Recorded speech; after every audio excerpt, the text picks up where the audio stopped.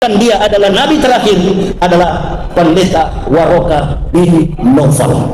Belum ada orang Islam pada waktu itu. Calon Islam baru satu, Rasulullah Muhammad sallallahu alaihi wasallam. Jesus sholat kepada Allah malam hari itu kali yang ketiga, dan menghadapnya kemana? Ke kiblatnya Yerusalem, Aqsa.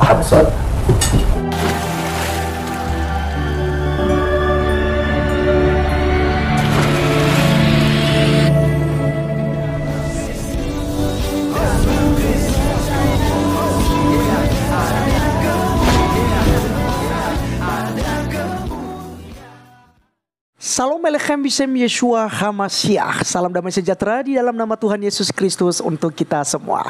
Video kali ini kita kembali untuk menanggapi Ahmad Kainama, dan ada juga di situ Ustadz Yaihwaloni, di mana saudara kita Pil Pahit itu menggabungkan itu ya, karena selama ini mereka mengklaim bahwasanya Yesus Kristus adalah Muslim, kemudian semua para nabi adalah Muslim atau beragama Islam gitu ya.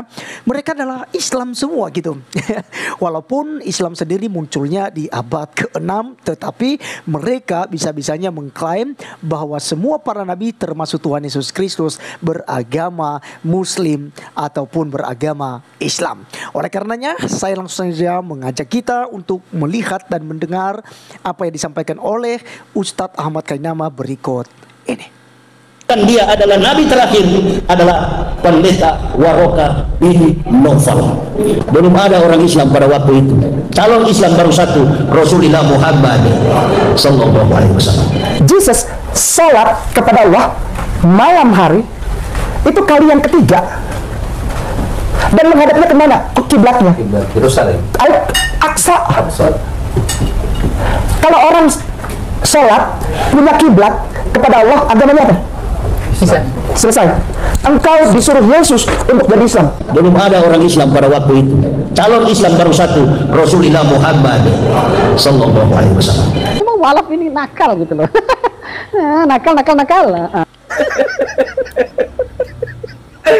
Aduh, ente kadang-kadang ya.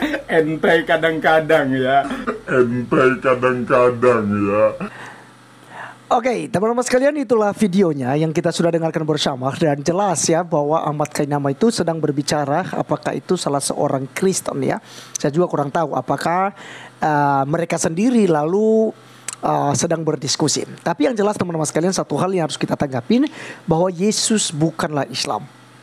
Ya, Yesus tidak beragama Islam karena Islam baru muncul di abad ke-6, sama seperti yang dikatakan oleh Ustadz Yaihwaloni. Malahan Yaihwaloni katakan bahwa Islam pada waktu itu baru satu orang, yaitu Muhammad. Dan juga teman-teman sekalian ingat bahwa kenabian Nabi Muhammad itu dikonsultasikan, diberitahukan kepada pendeta Waraka bin Naufal.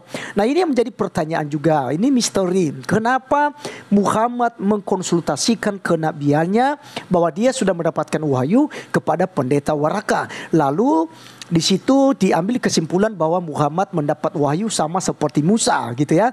Akhirnya dia jadi nabi dan diangkat oleh Allah sendiri menurut saudara-saudari kita Muslim.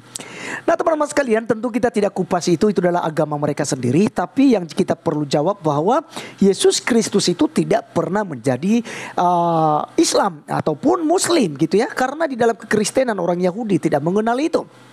Oke, nah teman-teman sekalian, apa yang disampaikan oleh Ahmad Kainama itu tentang Yesus berdoa, sujud, dan kiblatnya itu menghadap ke Aqsa, kata dia ya, Aqsa.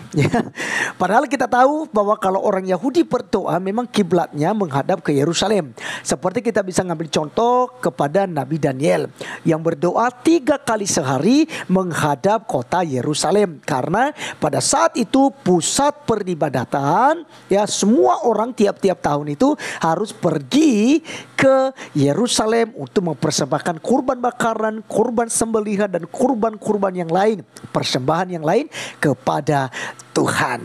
Nah, teman-teman sekalian, karena Ahmad Kainama berkata bahwa Yesus sujud, Yesus sholat katanya gitu ya, maka dialah beragama Islam. Inilah logika ngawur daripada Ustadz Ahmad Kainamah.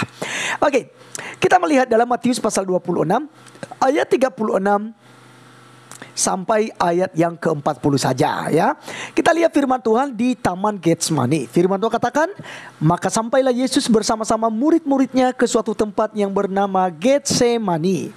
Lalu ia berkata kepada murid-muridnya, duduklah di sini sementara aku pergi ke sana untuk berdoa. Dan ia membawa Petrus dan kedua anak Zebedeus sertanya. Maka mulailah ia merasa sedih dan gentar. Lalu katanya kepada mereka, hatiku sangat sedih seperti mau mati rasanya. Tinggallah di sini dan berjaga-jagalah dengan aku. Maka ia maju sedikit lalu sujud dan berdoa katanya, ya Bapakku, jikalau sekiranya mungkin, biarlah cawan ini lalu daripadaku. Tetapi janganlah seperti yang ku kehendaki, melainkan seperti yang engkau kehendaki. Setelah itu ia kembali kepada murid-muridnya itu dan mendapati mereka sedang tidur. Dan ia berkata kepada Petrus, tidakkah kamu sanggup berjaga-jaga 1 jam dengan aku? Lalu kalau baca seterusnya teman-teman sekalian, juga Yesus terus menyampaikan doanya. Karena apa? Ketika di Taman Getsemani, Yesus sedang berkomunikasi dengan Bapa, yaitu Yahweh yang mengutusnya. Karena dia berasal daripada Bapa, dia adalah Sang Firman, suara Bapa itu sendiri kemudian jadi manusia. Dan dia membuktikan, dia memberikan contoh bahwa manusia mendapatkan kekuatan ketika membangun hubungan intim dengan Tuhan, yaitu kepada Bapa di surga, kepada Tuhan Yesus Kristus, kepada Roh Kudus yang satu kesatuan. Hakikatnya adalah Tuhan alam semesta dan Tuhan kita semua. Oleh karenanya teman-teman sekalian, Yesus ketika sujud, ini adalah sebuah tradisi orang Yahudi ketika mereka berdoa dan ketika mereka menyampaikan isi hati mereka kepada Tuhan. Ya.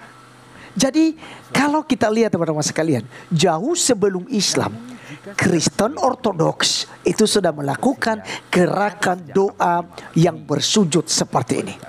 Ya.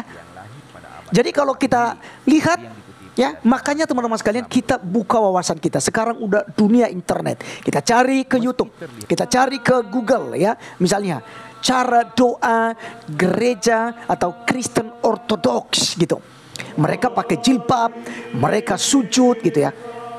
Dan juga mereka nyanyikan itu ya seperti yang dilakukan solawat daripada Islam ya. Mereka juga bersolawat, tapi hanya saja bedanya kata-katanya pastinya berbeda daripada Islam. Jadi teman-teman sekalian, kekristenan tidak pernah meniru Islam. Ya, jauh sebelum Islam lahir, itu orang Kristen ya, yang disebut dengan Kristen Ortodoks sudah lebih dulu melakukan demikian. Termasuk ajan Yahudi itu sudah kian ada teman-teman sekalian. Barulah Islam. Jadi kalau ada ajan di posting oleh orang-orang Kristen, jangan marah.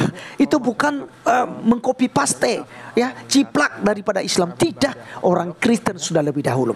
Nah, jadi teman-teman sekalian, dari apa yang disampaikan oleh Ahmad Kainamah, jelas itu adalah ungkapan-ungkapan dan ajaran yang ngawur, karena Yesus Kristus tidak pernah meniru Islam. Pada waktu itu Islam belum muncul. Itu logika saja. Islam muncul di abad ke-6 yang dibawa oleh Muhammad dan pengikutnya. Ya, jadi kesimpulannya teman-teman sekalian, Yesus Kristus tidak pernah menjadi Muslim ataupun menjadi Islam. Dia adalah Tuhan dan Juru Selamat kita.